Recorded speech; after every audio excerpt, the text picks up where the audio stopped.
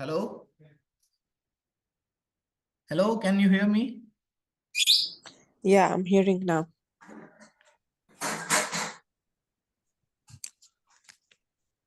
Okay, ma'am. So, good afternoon. Sorry, it was a sandstorm nearby to the Musaffa. So, I was a bit late because it's already now, yeah, 3:45 now. So, it's not going to be a big topic. Maybe we'll be completing it by 1 hour itself. Okay, since it's an online, it's an advantage for us as well. So, only we'll be joining, right? Is there anyone else? I don't know. Okay, but from your side, you are the only one, right? Yeah. Okay, so we'll start the training now. Okay. So now the training that we are going to look or listen is about the HABC fire safety training. So HABC fire safety is basically a 3 years validation course. Okay. And here for this training, actually, there should be a practical sessions as well. But since this is an online, we cannot do the practical sessions. But however, you will be getting all the knowledge about extinguishing the fire, identifying the class of fire, plus what type of extinguishers you need to use. All these things we will be able to identify. Okay. So welcome to the topic, and let me introduce about myself. My name is Anthony Pratap Kumar and I'm working here in the Infosol. And actually I'm a trainer come with as a consultant, plus I'm a HSC engineer here. And like the course, as I mentioned, this is what you will be getting from the course. Okay. And can you please introduce me about yourself, ma'am? Hello? Hello? Yeah, can you please introduce me yourself? Are you able to hear me? Yeah, I'm able to hear you. Okay, I am Miss Ala Ali. I'm a dentist, and now I'm working as a teacher assistant. And I will work inshallah as a safety officer. That's why I'm taking this course. Okay, so so this is okay, very good. So this training is something that is actually important as per the health and safety like guidelines. Plus, if as you have mentioned, you are going to become an OSH officer, so it is one of the requirement for being an OSH officer. Like you must be very well trained about the health and safety. That is the medical. What is it like? First aid and safety. Now we are taking the first. Sorry, we are getting first as a fire safety training, and in future maybe let's hope we'll be getting the first aid training as well. Okay. So since this is an online training, I would like to it should be somewhat like an interactive session. Okay, and I'll be asking you certain basic questions regarding to the course. Okay, so please tell me your answers as well. Okay. So let's go with the questions now. Okay. So where is your nearest fire exit available for your organization? Can you please tell me? Nearest fire exit. Hello? Nearest fire exits here? Yeah. No, I don't know. Actually, you have to know. Okay. So you need to know what is the nearest fire exit to. So fire exits in the sense it is like a emergency. Okay. So one more student is also joining. Hashim Hani. Okay. Hello. Hello, Miss Hashim Hani. Hello. Hello.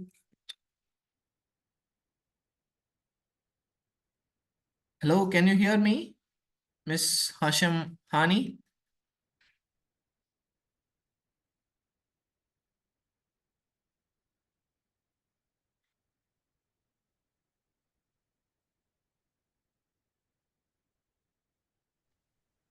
Hello.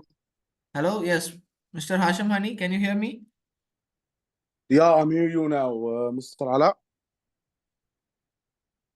Alam? Mr. Ala, can you hear me? No, no, no, no, no. This is Anthony here. Okay. Yeah. So just now we have started the course. Okay. So Okay. yeah, just we have completed the introduction. So Uh, uh, just 1 minute. I will answer my father back. yeah, what is it?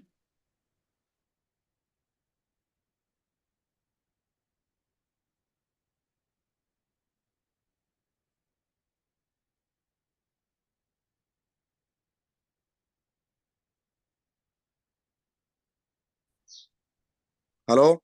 Yeah. Hello, can you hear me now? Hello, Mr. Ala. No, this is not Ala, mister. This is Anthony here.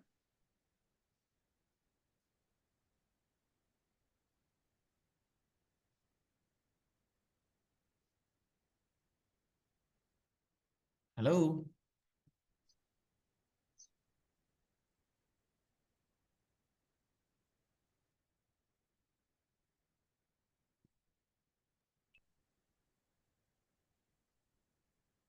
Yeah. Hello, Mr. Ala.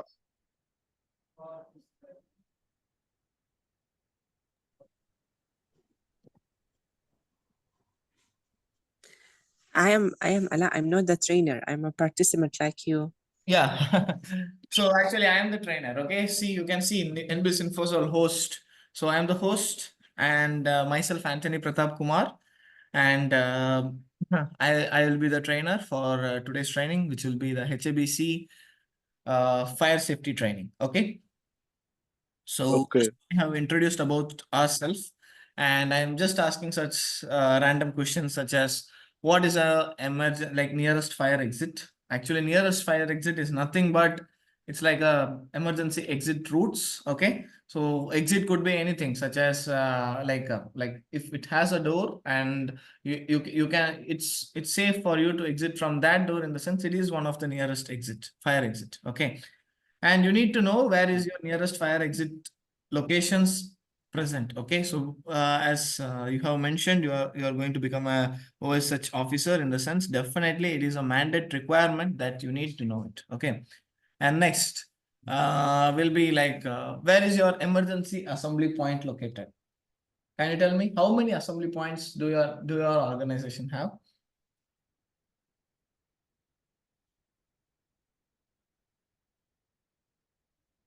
Sorry, can you repeat the question? Yeah, how many assembly points do your organization have?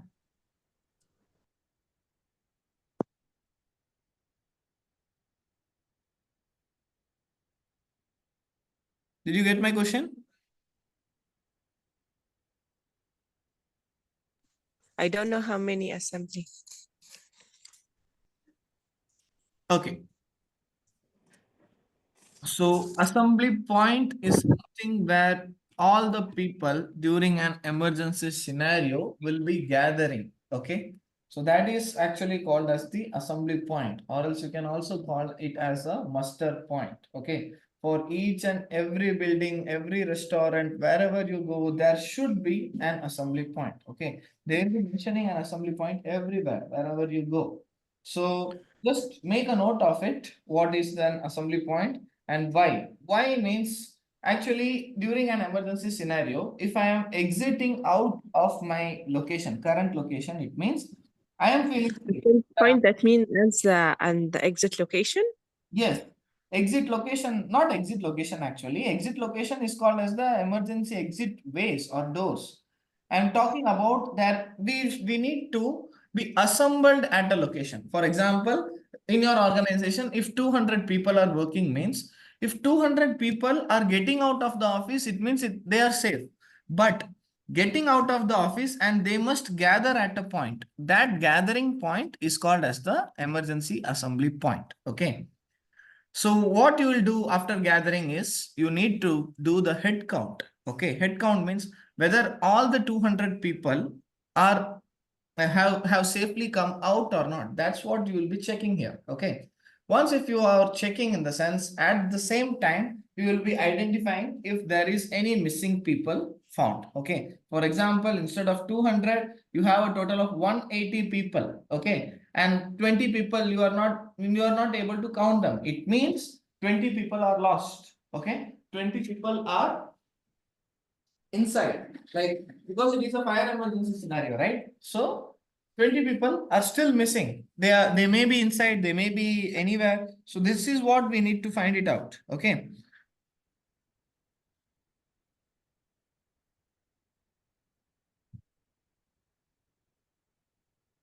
Excuse me, just give me 2 minutes. Okay, just give me 2 minutes. I got a call.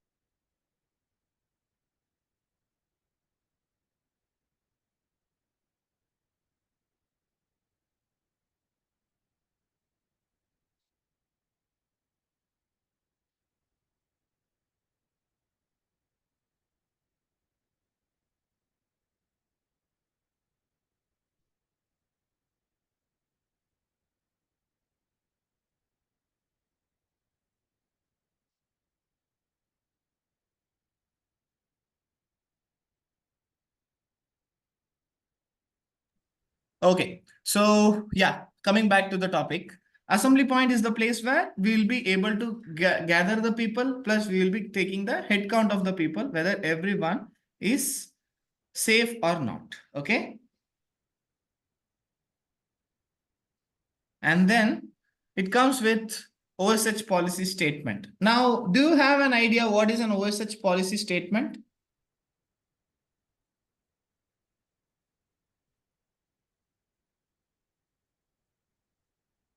Hello? Hello? Yeah. Do you have an idea of what is a OSH policy statement? No, I don't have any idea about it. Okay. How about you, miss? What? It's the first time to take this course. I don't know anything. I'm Musir, yeah. It's the first time, yeah. Okay. So I'll explain it to you. Okay. Like, I'm just clarifying if you have any idea or not. Okay. That's all.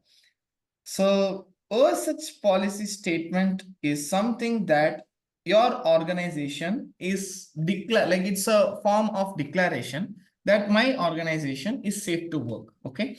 Like it will be communicated internally plus externally, internally to the staff, externally to the customers, vendors, or whoever it is. And that is called as the OSH policy statement. Okay. It will be including what emergency response you have, who is your emergency response members, everything it will be having. Okay.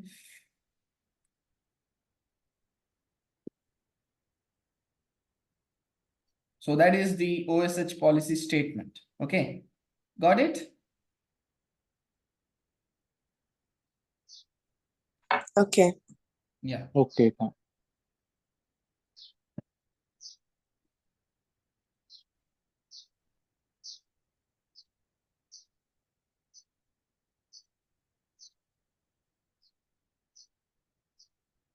Okay. So now, next one will be the first aid box. At least you will know the first aid box, right? First aid box. You know that, right? Hello? Hello? Yeah. What? You know Can the you say first that? aid box, right? No, I don't know. It's the first time I take this course. No, not. Arey yaar, course is okay. Course is the first time, but I'm asking about the first aid box. First aid box. Have you heard about it? At least.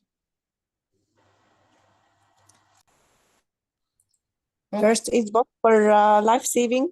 Yes. It's a medical box, yeah. Yes, it is a medical requirement for life saving. It's a life saving equipment. Okay, equipment box. Inside the box, you will be getting the equipments. Okay, that is the first aid box. So all the organizations will be having a first aid box. You just have to know where is your nearest available first aid box. That's all. Okay. And then damaged or faulty equipment. Now, what is a damaged or faulty equipment? What does equipment means? Equipment means such as exit, like emergency exits. For example, there is an emergency exit door. It is one of the equipment. If there is a emergency exit light, that is one of the example. Okay. And then if there is a if there is a fire extinguisher, it is an equipment. Fire hose reel, it is an equipment. So these things comes as the equipment. So just note down if there is any faulty equipments for the fire, like especially for the fire, what is it, especially for the fire, in the sense like fire equipments, in the sense you need to directly inform it to the OSH officer or else the area in charge or else supervisor, whoever it is. Okay, so you need to make an information to them and then return it back to the store. Okay, you should not use the faulty equipment, just notify them and then finally send it back to the store. Okay.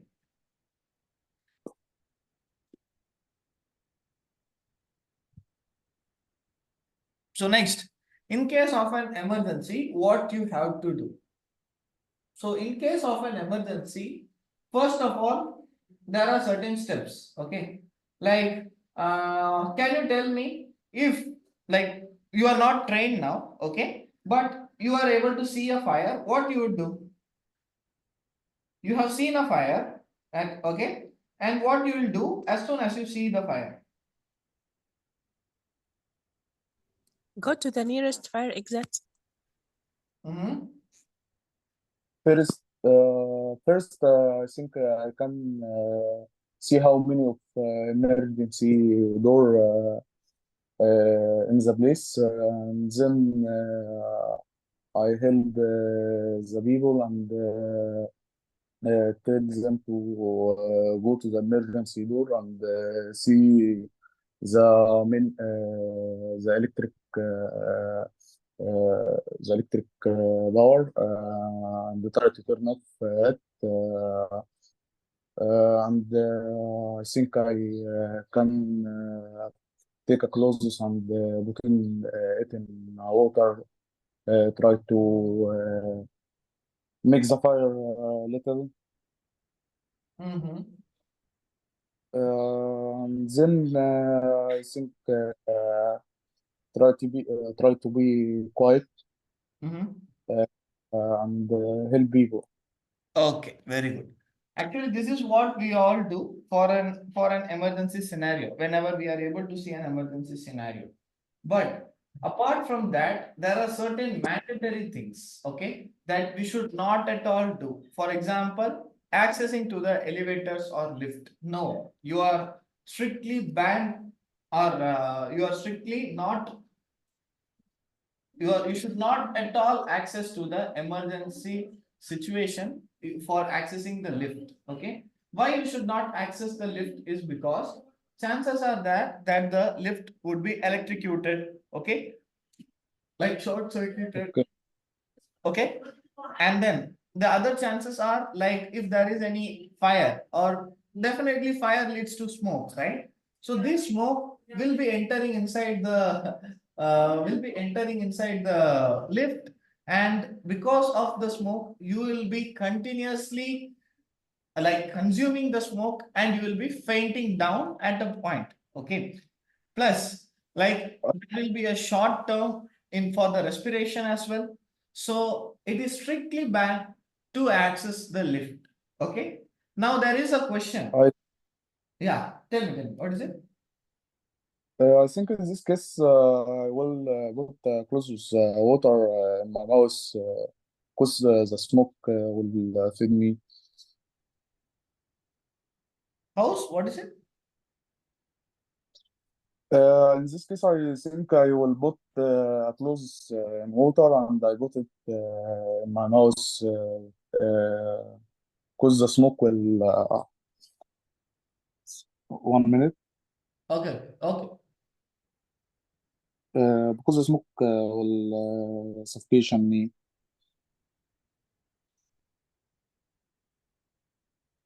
Uh, you are asking about the quiz or mock? What is it? Yeah, No, no, it will be at the end. Okay, the exam will be at the end, but you will be getting the question paper and then the answer sheet. You have to write it. Okay. okay, Not now, at the end. Okay. Now we are just going to get the training. And after that, you will be getting the question paper. And that question paper you will be answering. Okay. But it's not now, afterwards. Okay. okay.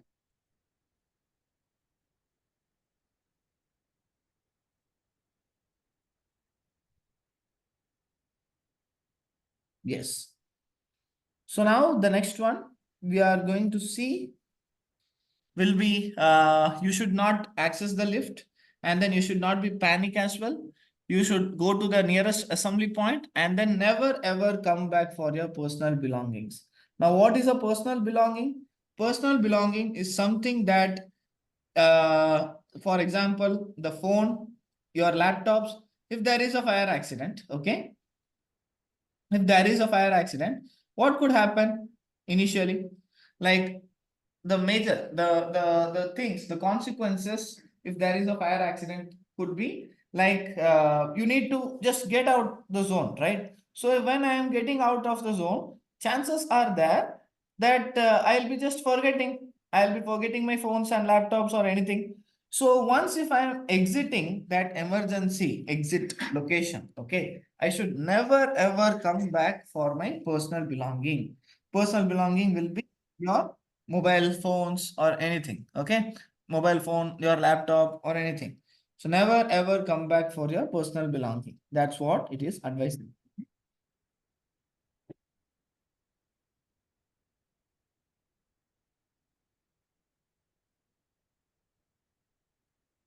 And then the next is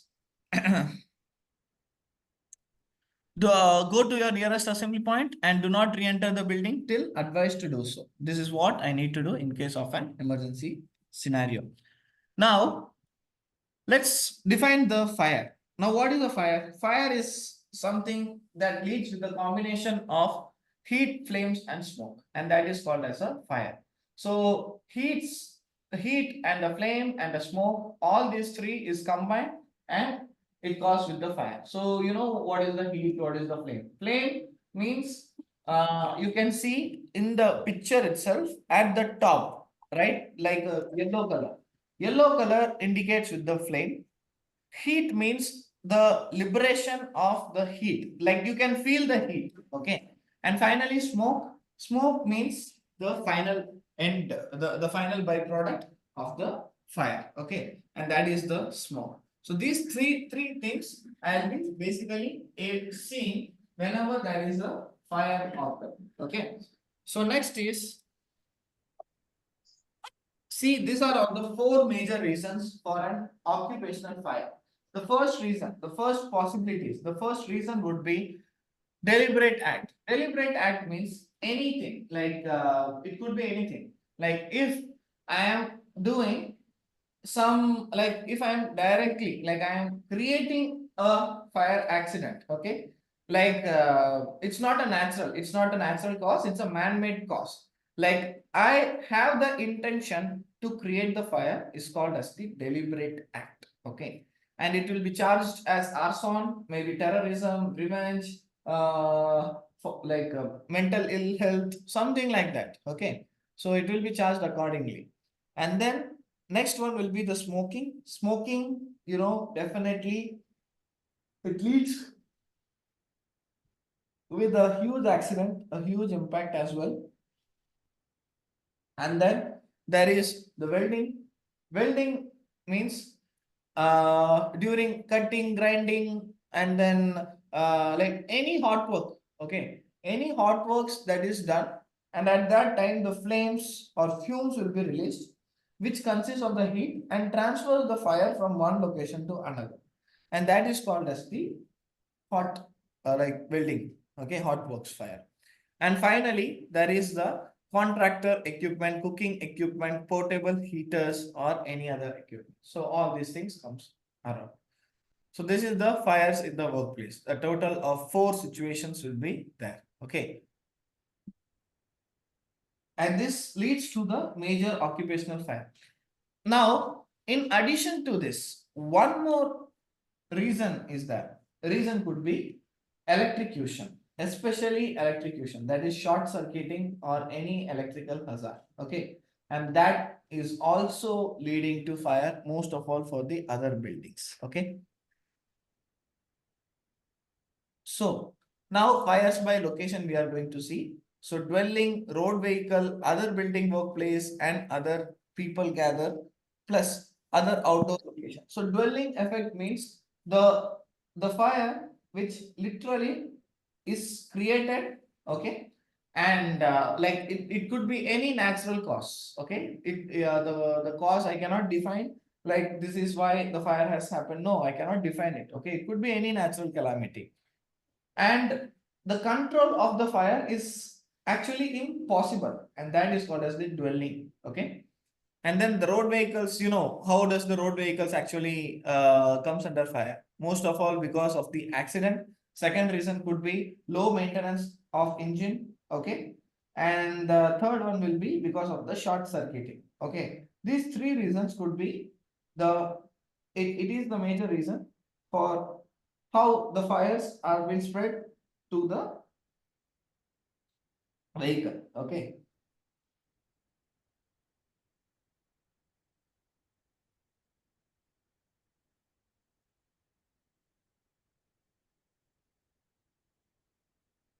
and now next will be the other buildings. Other buildings is because of the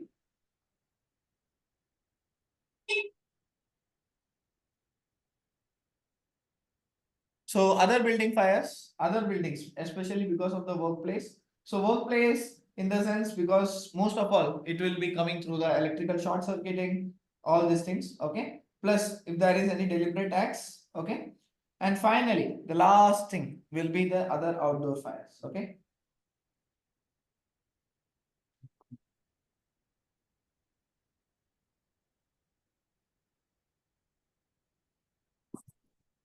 And then you can see the dwelling acts. I'll just show you a video now.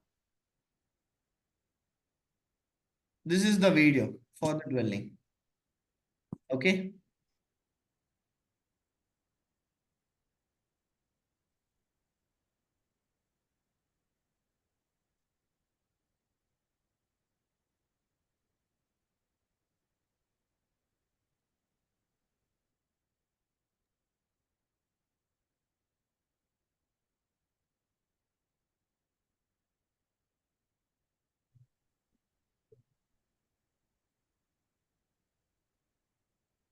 So can you see here? This is how the dwelling acts. Okay, and this footage is from Manila. Okay, and how does this dwelling, like how did this fire happen was because you can see it's all like a row house here. The houses are interconnected here, right? So there was a scenario where one house there was a cylinder, and this cylinder literally explode. Okay, and from one house to another house to another house, likewise it got spreaded, and literally the spread of the fire was unstoppable.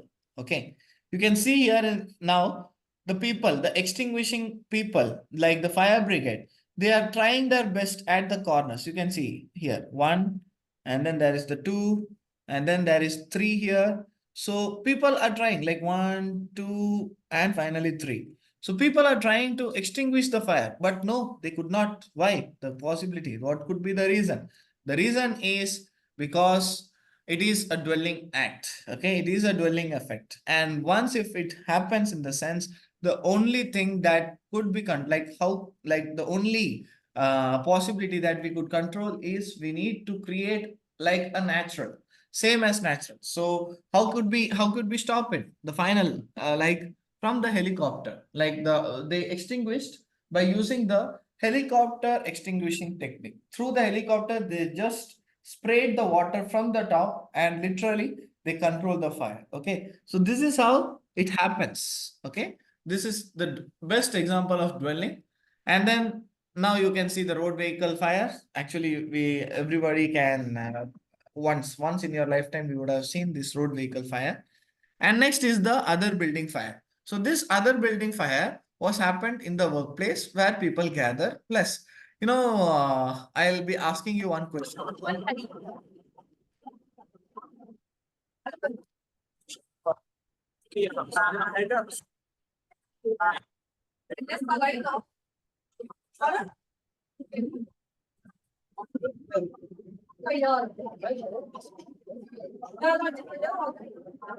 So see here, this is where the place of fire is. Now 1, 2, 3, 4, 5, 6, 7.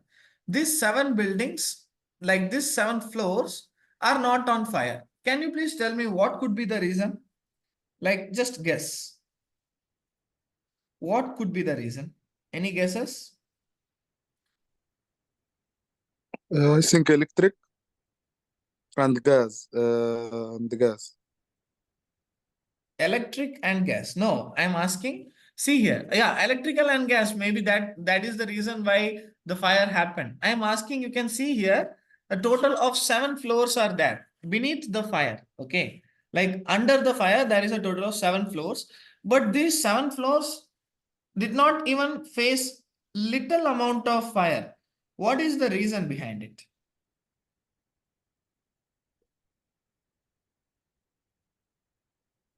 I don't know. Yeah.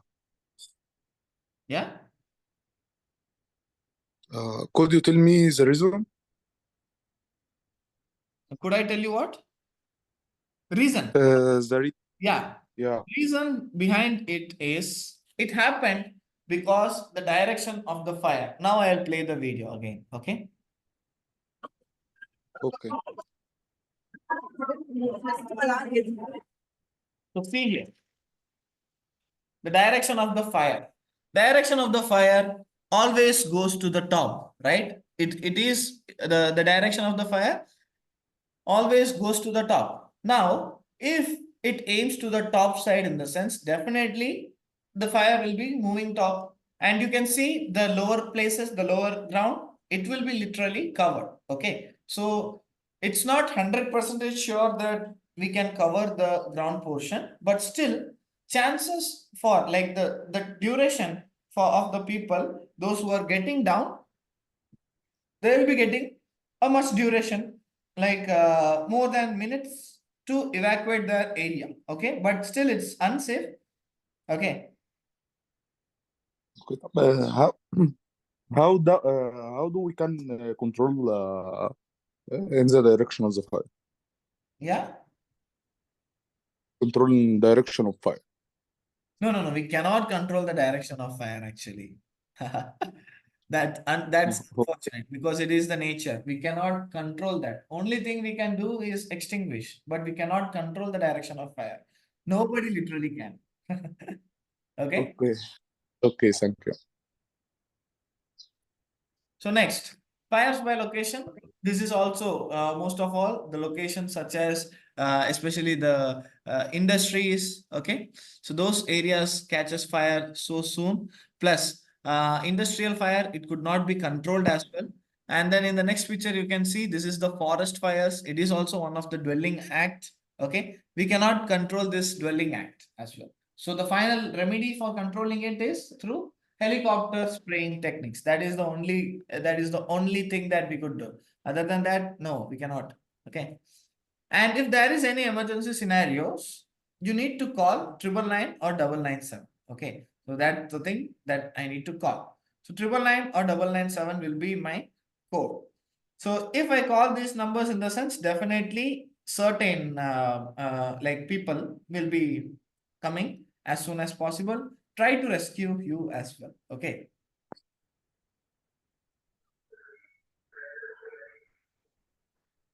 Now, the next, while calling how do you call? Like, for example, I'm calling this 999. Okay. So how do I make the call? What should I tell them while calling?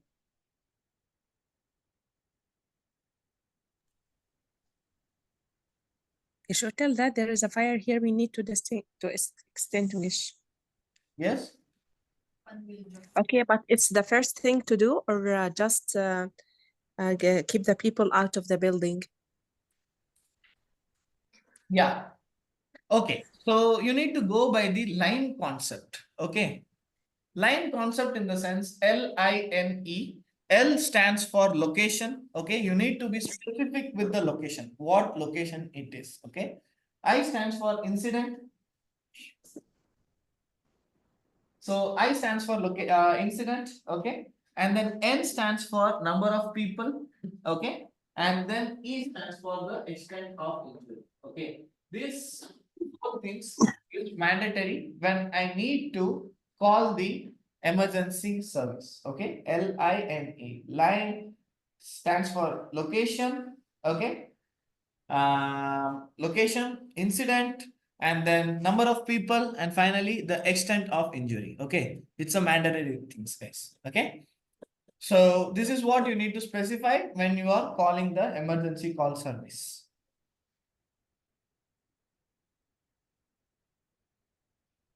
Sir, estimated how many minutes this emergency team can come? Maybe by 5 to 10 minutes they will be on their way. Maximum 5 to 10 minutes.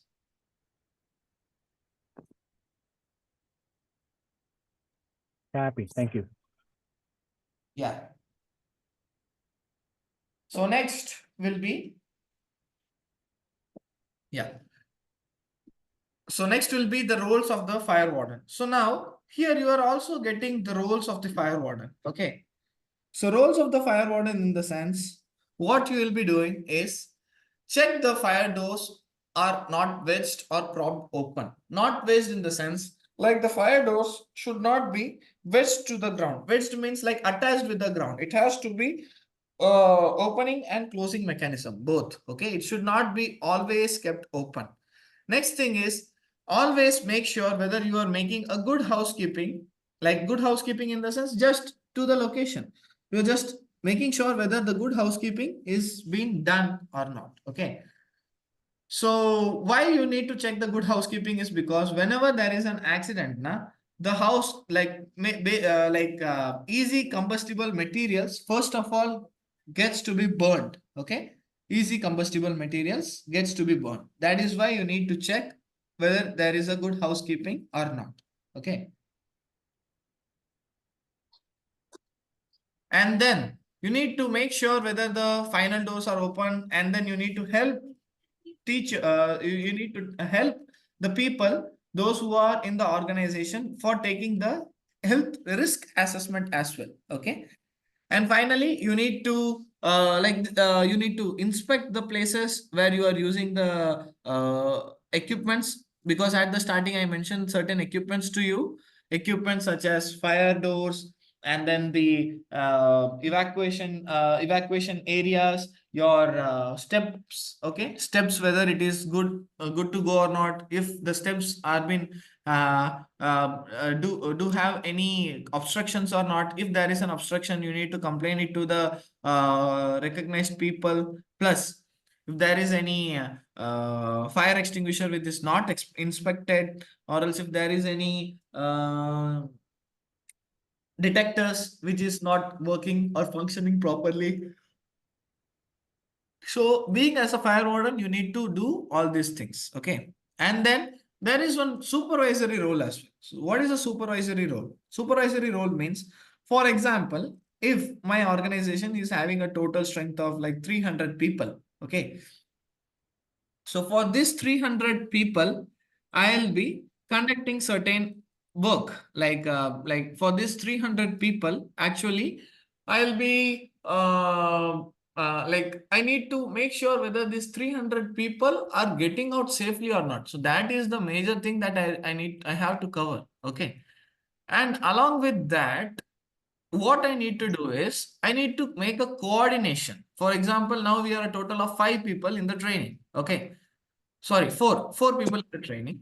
So we four, what we need to do is, first of all, one person will go to the assembly point at the starting. Okay. And while going itself, for example, I am going to the assembly point. Okay. I need to make sure whether the pathways, whether the corridors, whether there is any obstruction or not. And then I need to go with the safe access. Okay. That is as per me. Second thing is, like the organization, like the person who is inside the organization. Okay, now I have went out. Okay, and I am waiting at the assembly point. And while waiting at the assembly point, another person is sending the people to the assembly point.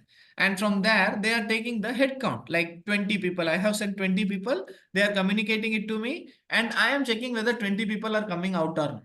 Okay. So that's how I am doing the checking. This is one of my supervisory role. And the another person who is within the organization, make sure whether all the doors and windows are closed or not. Okay. Check whether the doors and windows are closed or not. Okay. And then the next one will be only the trained person who has one extinguisher on hand. Okay. And who is not waiting for another extinguisher to come, has to fight the fire. Okay. Only a trained person and only a person who is confident. Only if you feel confident to do so, just do it. Okay. So these are all the generalized and the supervisory activities of being a fireman. Now fire triangle. How how Sir, yes? is it fine to ask question? Yeah, sure. Please. Okay. With regards to the fire warden, uh, how many percentage of a fire warden to be assigned? Example, in 100 people, how many fire warden to be assigned, sir? The ratio will be 25:1. For 25 people, one fire warden. So in fire warden, there is a team leader, right? Yeah, fire warden, there is something. The team leader. No. Team leader will be like, see, fire warden, team leader. No, there is no such designated person. Okay. Fire warden Okay. means it's not like I am designating a separate fire warden. No.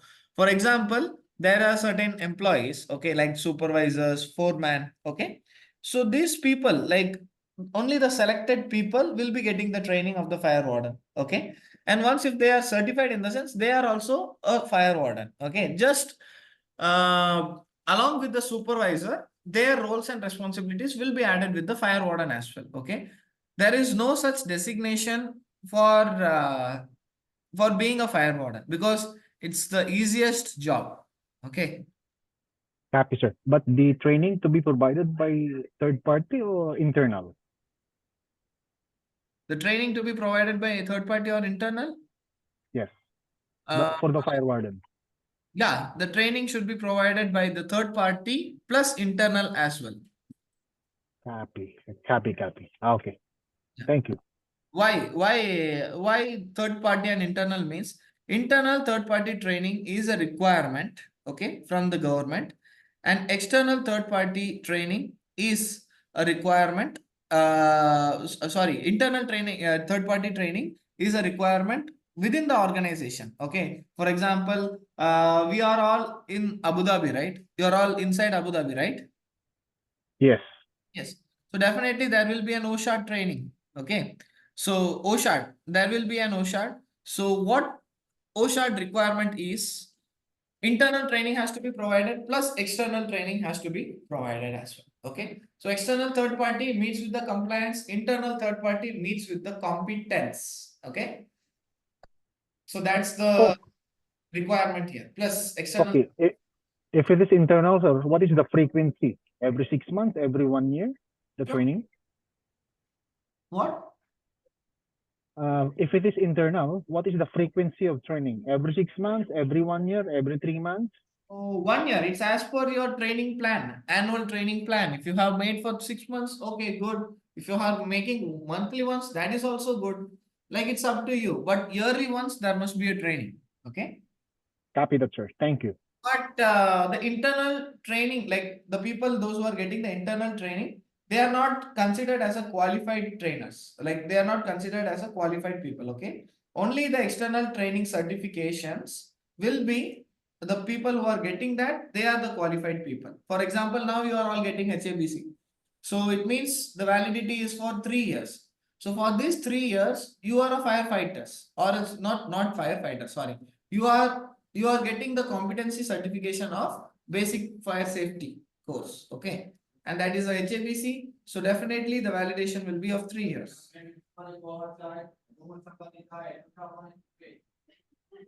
Okay. Okay, sir. And lastly, the training should be recognized by civil defense. Civil defense will be giving you the firefighting trainings. Okay. Like actually civil defense will also, like if you are willing to get the civil defense training, yes, very good. Plus the third party people will be also giving you the same training. But now since it is an online, we are not able to do the practical sessions. But if it is an offline, definitely we'll be also doing the practical sessions. Individual practical sessions will be done. Okay. Copy, sir. Thank you. So fire triangle is a combination of oxygen, heat and fuel. Okay. So these three elements combined together and a fire is formed. Okay. So oxygen, for our atmosphere, it's like 19 to 21% of oxygen is present in the atmosphere. Okay. And the rest will be the other gases plus nitrogen as well. Next is the heat. Heat is something that is the source to initiate the fire. Okay, like it is the medium to initiate the fire, and then fuel is something which is a flammable substance and it grows. Okay, so that is the fuel. The total of oxygen, heat, and fuel. So these three compounds, sorry, these three elements.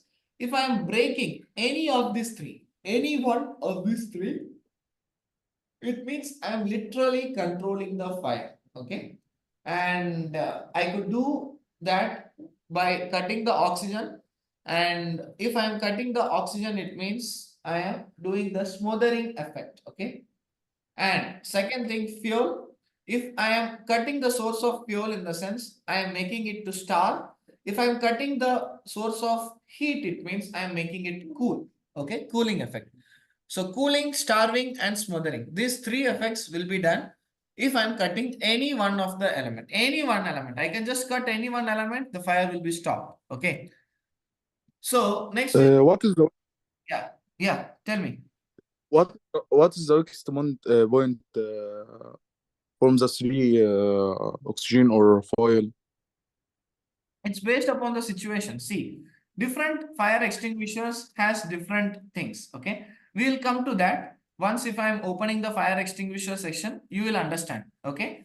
Most of all, just Okay. for now, just look here and there. If you are working in an organization, look for, like you can see there will be only two fire extinguishers available, two types. Okay. One will be dry chemical powder and the another one will be CO2 extinguisher. These two fire extinguishers will only be available. Okay. CO2 extinguishers does the smothering effect. Dry powder extinguishers does the starving effect. It starves. Okay. It makes the heat to starve. Okay. So that's what it does. So either I can choose the smothering, either I can choose the starving. It's based upon the situation. Sometimes I'll just pour the water. For example, one of my A4 sheet is on fire. Only one A4 sheet is on fire. Immediately if I pour water, then okay, I'm cooling it down. That's all. Okay. It's based upon the situation. If one paper is on fire, will I look for the fire extinguisher? No, I'll just go with the water. In my bag, I have water. I'll just open the lid and drop the water. Immediately, I can stop the fire, right? So that is how I need to choose wisely. Okay. Next is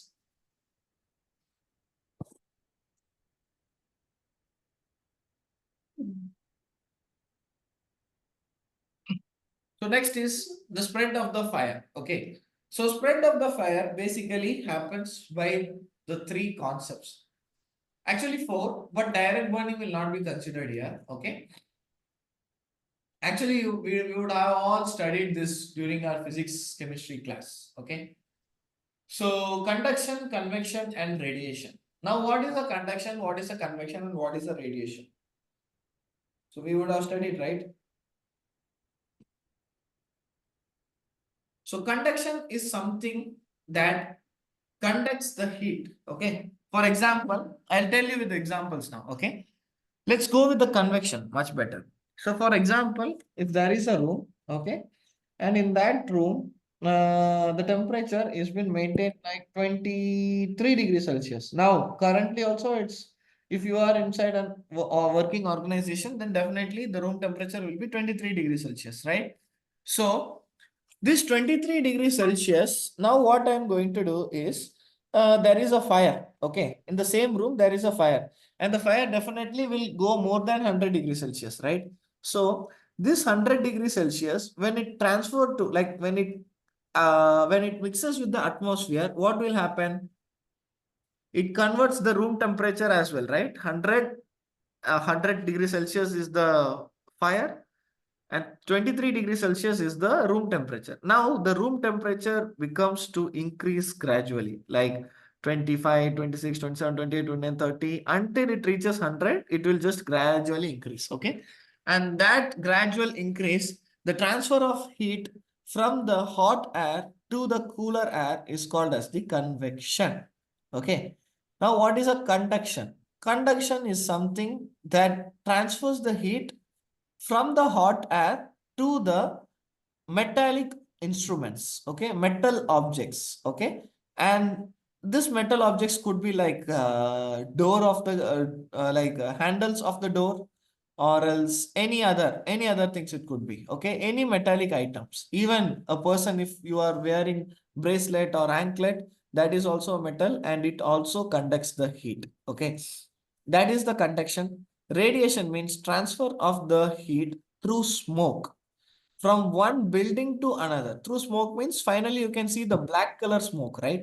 So that black color smoke is the toxic smoke of all, because the density and the volume of the smoke is higher. Plus it consists of fumes inside. Fumes means the gas which ignites the fire, okay, ignites the fire. Along with the fire also it just goes with the fire, okay. It consists of flammable things inside, okay. And that's why radiation breaks the glass, breaks down the glasses, break down any easy combustible materials. Even it fires the hard combustible material, okay. So this is the concept of radiation, conduction, and convection, okay.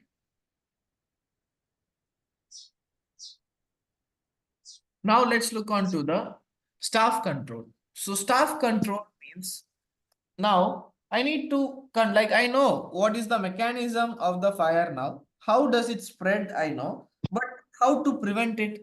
First thing, instruction training. Now you are all getting the instructions, right? Like how to control the fire. We are all getting the instruction training. Now, next is specific duty training, specifically for fire warden. What could be it? Or else specifically for the fire, like what, like specifically for up recruited, like designation people. You need to do that. Okay. And then evacuation plans. What is an evacuation plan? Evacuation plan in the sense, especially whenever there is an evacuation map, evacuation procedure, any emergency procedures, all these things will be under the plan, okay.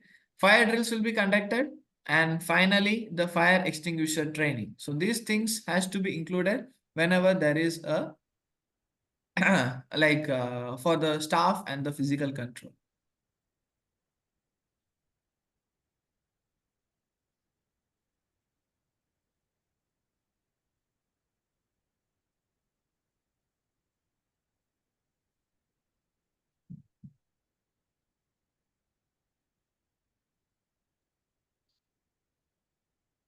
So next is fire safety checks. Fire safety checks in the sense, just make sure, like I mentioned, as a fire warden, you need to be making sure about this. Okay. So can all fixed fire exits be opened immediately and kept free from obstruction? Are all means of escape clear of obstruction? In emergency lighting, is emergency lighting in good condition? Is lighting and emergency lighting working currently? Okay. So all these things comes with the daily checks. I just need to make sure whether these checks are being made or not. Okay. And this is a mandate requirement. Okay. So you could face certain situations. See here in this picture, you can see there is the emergency exit and is obstructed by the cardboards. And then next, if the emergency exit doors are open in the sense, definitely the radiated smoke will enter inside. And finally, there must be no parkings. Like there should be no parking, especially when the people are been parking in front of the emergency exit routes. You should not do that. Okay. It is very important to check whether it's all available or not. If it is available, just inform to the management about the safety protocols. Okay. And then next we are going to look onto the fire detection system. Okay. So fire detection system, first of all, especially whenever there is a, for example, like I'm going to, like there are certain detectors. Okay. So these detectors sometimes, because, you know, it is like a, what is it called? Like, detectors is something that is a mechanical device, right? Like it is a machine. I cannot be 100% sure that detectors can detect the fire or electricity. Okay. So next one will be next one will be I need to choose the next option. What could be the next option? The next option is, what could be the next option? Guys, in front of you it is. That is the break glass. This is the emergency alarm. Okay. So what you need to do, first of all, you need to break the glass. There will be a trigger inside. You need to push the trigger button. Immediately, it will sound the alarm. Okay. And this is what you need to do whenever you are facing an emergency situation, but there is no alarm. Okay. If there is, even though there is an alarm, just again, just break the, however, you need to break the glass. Okay. Use this chance, guys. If there is any emergency situation, just break the glass and sound the alarm. Okay. It's actually purely legal. Okay. So next one will be this one, the detectors. Okay. Detectors would be like smoke detector, heat detector. There are types of detectors. Okay. So now I need to make sure how these detectors are working. So actually smoke detectors works under the ionizing mechanism. Ionizing mechanism means even while you are cooking, sometimes you will be able to see the detector would be activated, right? So when the detector is activated in the sense, definitely you have to just control. Okay. Like you need to switch off the detector. So how does it actually activate? Most of all, it activates based upon the what is it called? Like the ionizing principle. When the smoke touches the oxygenated level, okay, when the smoke just touches the like when the smoke is being oxidized in the sense, immediately it goes with the oxidation, and this oxidation is being detected through the detector. The ionizing particles is being detected, and immediately it starts with the alarm. Okay. And that's how you need to make sure. And then there is the fire sprinkler. How do you see the fire sprinkler? You can see here for the fire sprinkler especially,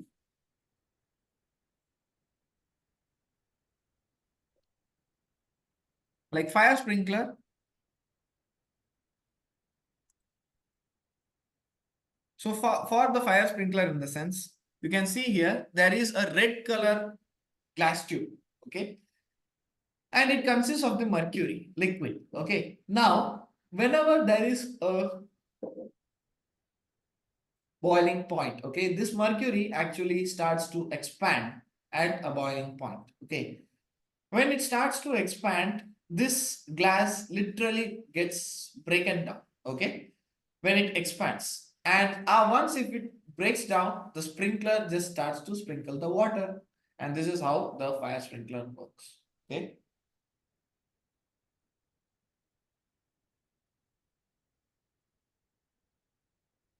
And then next will be the fire hose reel. You could find out anywhere within your organization. It will be inside your box. Okay.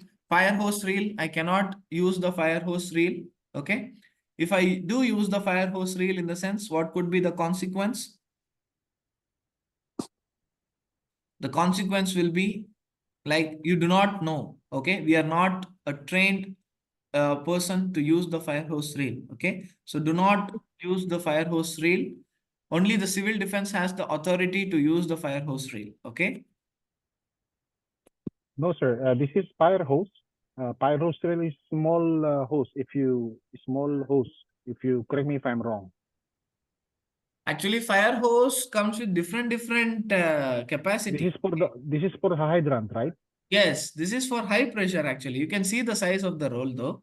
Yeah, this is the hydrant, and there is one fire hose drill which is small and connected to the one cabinet. Actually, Okay. that's the one we can use it. Yes, actually, it depends upon the organization. Okay. We cannot be sure. Like, see, if your organization supports to use the fire hose reel means it's fine, it's good. But not all the organization supports, you know. You're Yeah, correct, sir. You're correct. You're correct. because I have seen many organizations, those who are following this type of fire hose. Okay. So you should not use the fire hose reel because the major reason, what could be the reason? Because I will not be able to handle down the pressure. Okay. The pressure will be too long. Like it will be like 20, 21 bars of pressure. Literally, I could not handle the pressure. Okay. And that's why, But if we are trained to do so, we can use it yes, while if waiting you're for the trained, civil but defense. most of all, you will not be getting trained. Even from the civil defense, they will not be training you with the fire hose reel. So you mean, sir, any emergency we cannot use this one? No, because for the emergency situation, especially, you will be Okay. having the emergency fire extinguishers and all these things, right? So fire hose reel, you know what comes fire from the fire hose reel, only the water comes, right? Correct. Yeah. So if there is an electrical hazard, okay, for example, the whole organization is under fire, what could happen? Definitely electrocution will happen, right? And at that But time, if I choose to use the fire hose reel, what will happen? Tell me now. so electrocution will be there. You're correct. Yes. Short circuiting, plus you will be getting electrocuted, right? Yes. Yes. So that's why it is not at all advisable to use the fire hose reel. Okay. You got my point?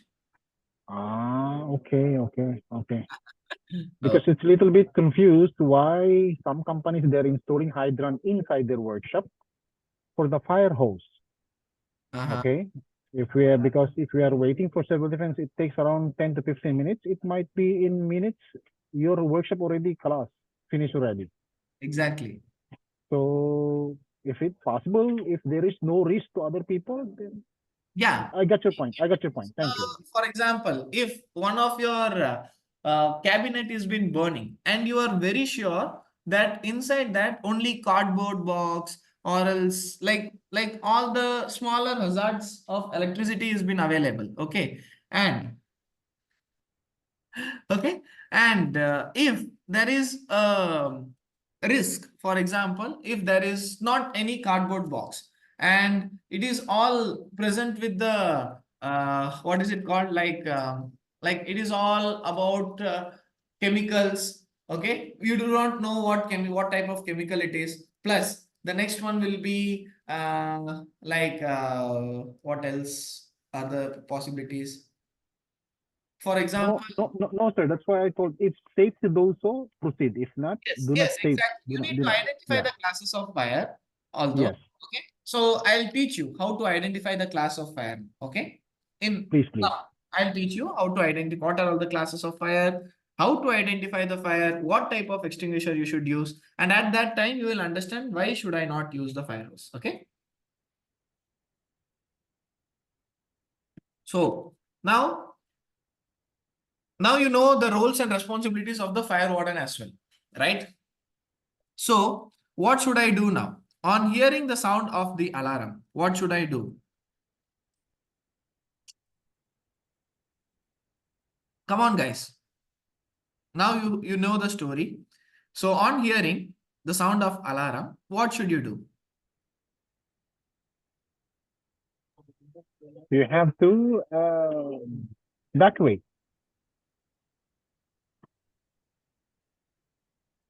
Yes, actually, on hearing the sound of the alarm, there are two situations. If I'm able to hear the sound of the alarm means I just need to run to the assembly point, okay? But it was before. Now you are all getting trained, right? So if you are able to see the fire in front of your eyes, okay? If you are able to see the fire in front of your eyes, what you need to do is immediately you need to go to the box, okay? You need to go to the manual alarm activating point, break the glass, push the trigger, and immediately the alarm will start to sound, okay? And then But sir, you tell us that already alarm already. You yeah, hear already the already alarm. if it is alarming in the sense, no need. Like, yeah, I told na, you can use this situation because for me, from the childhood, I am waiting to break that break glass point, but I am not able to do. Yeah. Good experience that one. Yes. So just to have an experience how to break that, because see, if I am breaking the glass just like just for fun, actually it comes with the deliberate act. Like I am wantedly creating it. But during already the alarm is active. At that point, if you are willing to break the glass, okay, it's perfectly legal. Okay. So, however, if you are very much interested in breaking it like me, I would definitely break that glass. Okay. Yeah. And immediately, if the alarm is ringing, but still you need to just yell fire, fire, fire. Okay. You just need to make some sound and then you need to go. And you need to call the emergency fire service. So while calling, what will be the informations you should give? Line, location, incident, number of people, and extent of the injury. Okay. So these four things you need to be informing them. And then you need to evaluate your area, go to the assembly point, and make sure whether you are closing the doors and windows. Okay, while evacuating, always see, check whether the doors and windows are closed or not. If not, close it. Okay, and finally, you need to attempt the fire fighting only if you are trained to do so. Now, we are not doing the training, so do not attempt, but if there is a chance, if you are able to organize any such training in the sense, definitely we will be there and we can do the practical sessions as well. Okay, only then you will be able to attend the situation only if you are trained to do so. Okay, if you are not trained, do not do it. Okay, do not go for the fire extinguishing. Now next is some do's and don'ts are there. So do's we all know. We are still now talking about the do's. Don'ts means in the sense you should not do. Especially do not delay your evacuation process. Do not use the lift. Do not take any chance, any risk. Okay. So this is what you should not do whenever you are able to see the risk. Now, we are going to look onto the classes of fire, okay? And now you will understand why I should not use the fire hose reel, okay? So A, B, C, D, F, and K. There is a total of 6 classes, okay? 6 classes has different different fuel. Okay, as I mentioned, fuel is not only petrol, gas, oil. It's not only that. Fuel is something which has the possibility or capability to get fire, okay, which is combustible. Okay, and now we'll see class A. Wood, paper, rubber and plastic comes with class A. Now class B, flammable liquids like petrol, oil, paint and solvent. Class C is the flammable gas. Class D is the metallic fire, especially the gearbox, cars, vehicles, okay? And then like all the metals that has like that involves under fire, okay? Due to low maintenance, it could be, okay? Motor, pumps, anything. And then class F, cooking oil and fats fire, especially within your pantry or is within your kitchen.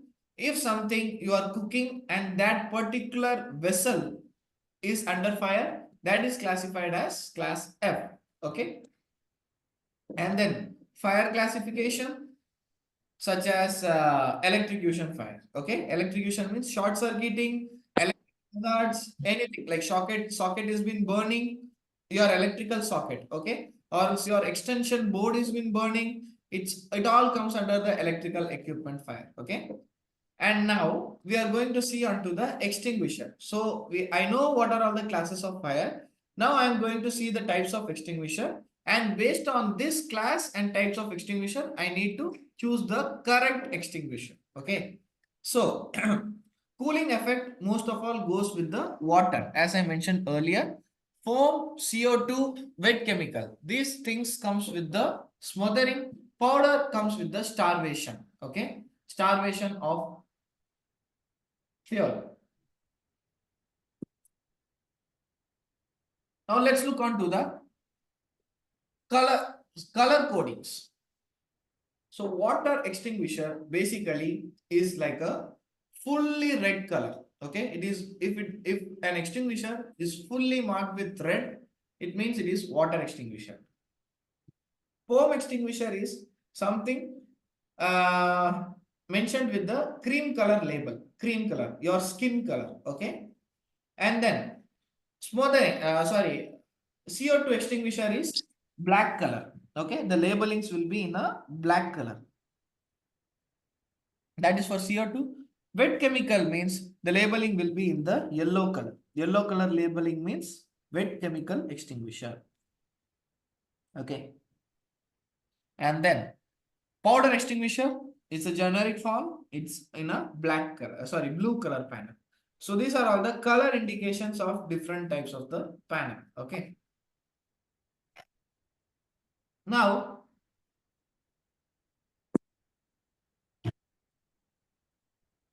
fire extinguishers comes with class A, B, C, D, F. Okay. So for each class, I need to use one of the fire extinguisher. Okay. So class A, as I mentioned, easy combustible materials such as wood, paper, rubber, plastic, fabric, anything. Okay.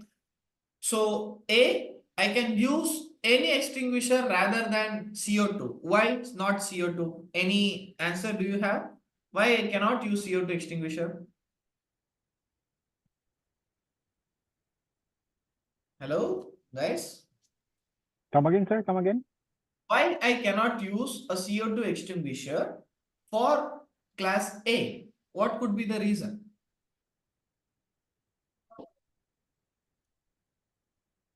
Mapify the sir. If you Oh, use it, it's only cooling, so you cannot contain the fire. no. That's not the reason though. Okay, I'll tell you. Actually, see, class A, it is all about the easy combustible material, right? So, if it is an easy combustible material in the sense, class A, actually CO2 is a combination of carbon plus oxygen, right? So as I mentioned, oxygen helps the fire to grow more, right? So that is why I should not use the CO2 extinguisher. Okay. So if I'm using the CO2 extinguisher at a pressure, it will just blow off the fire and the fire will be transferred from one zone to another. And that's why I should not use the CO2 extinguisher. Okay.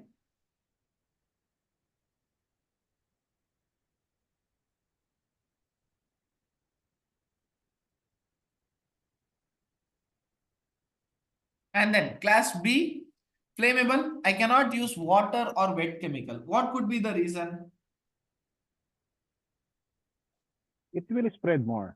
Yes, exactly. Because the density of the water is more when it is compared with the solvents such as oil, petrol, diesel, paint, anything. Okay. So if I am pouring water or wet chemical above the fire, above the zone of the fire in the sense, what could happen?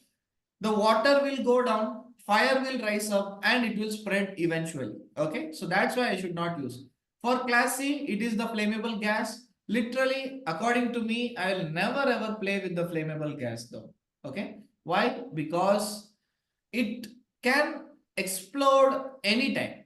I am not sure because it is a flammable gas, right? It is a compressed gas.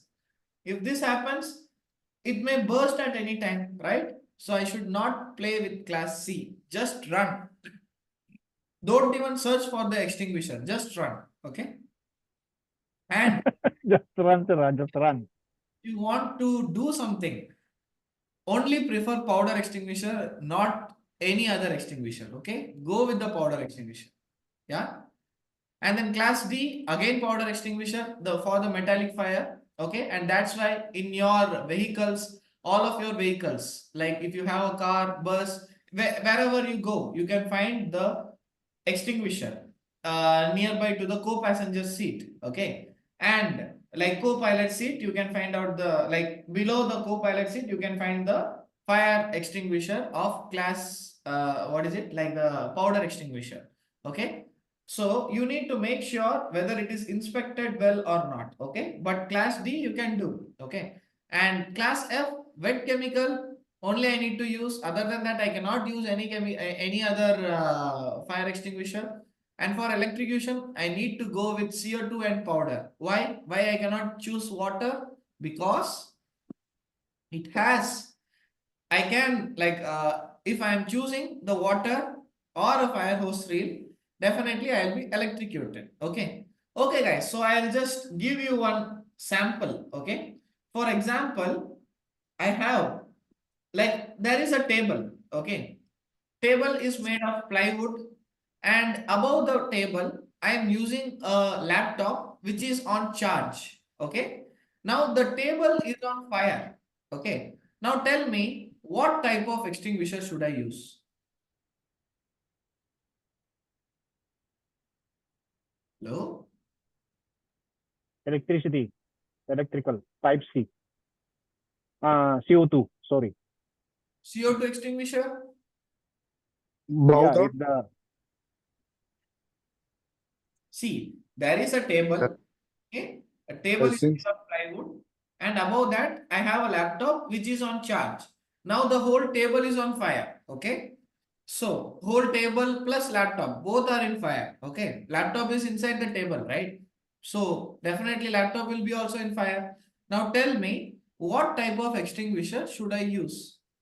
powder, Powder. powder. Why not CO2? because it involve wood, class A, fire. Yes, because see, there is a plywood. Plywood is class A, right? So I need to, for Yes. class A, I can see powder extinguisher I can use. Electrical hazard, I can see powder extinguisher I can use. So why to take a chance, right? Although CO2 extinguisher can extinguish the fire in the laptop, but still it only extinguishes the electrical hazard. What about the plastic in the laptop? What about the plywood? It is all still burning, right? So I cannot use CO2 extinguisher here. Okay. So choose wisely, guys. Okay. You need to identify what are all the components involved for a fire. Okay. you need to check what are all the classes involved here, okay? And then choose the powder or else CO2 extinguisher wisely, okay? And you can see for an organization, most of all, everywhere, wherever you go, you can see powder and CO2 extinguisher will be common anywhere, okay? They will not use water, they will not use foam, they will not use wet chemical as well. Only the common thing will be the powder and CO2. But in order to use CO2 or powder, you need to choose wisely, okay? This is my advice to you guys, okay? So next, let's look on to the extinguishers. So yes, let's look on to the parts of the extinguishers, and there are certain checks of the extinguishers as well, okay? So informations on fire extinguisher. So first of all, you can see there is two parts. Like for lifting an extinguisher, always lift with the carrying handle.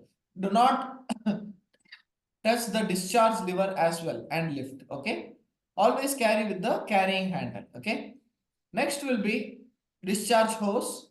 There will be a pin here, and then this is the pressure gauge. Always make sure whether the pressure gauge is in the green color indication.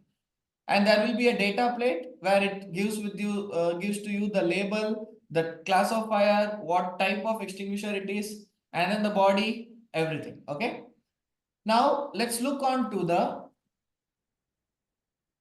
inspection of an extinguisher, okay?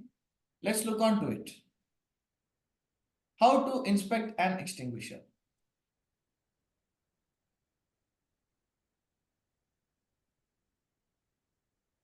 I'll just open it once, okay?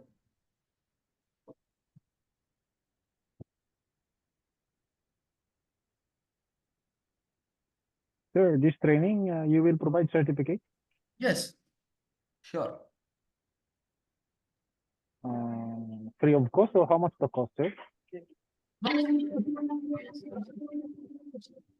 Okay, now let's look on to the extinguisher, like how to inspect the extinguisher, okay?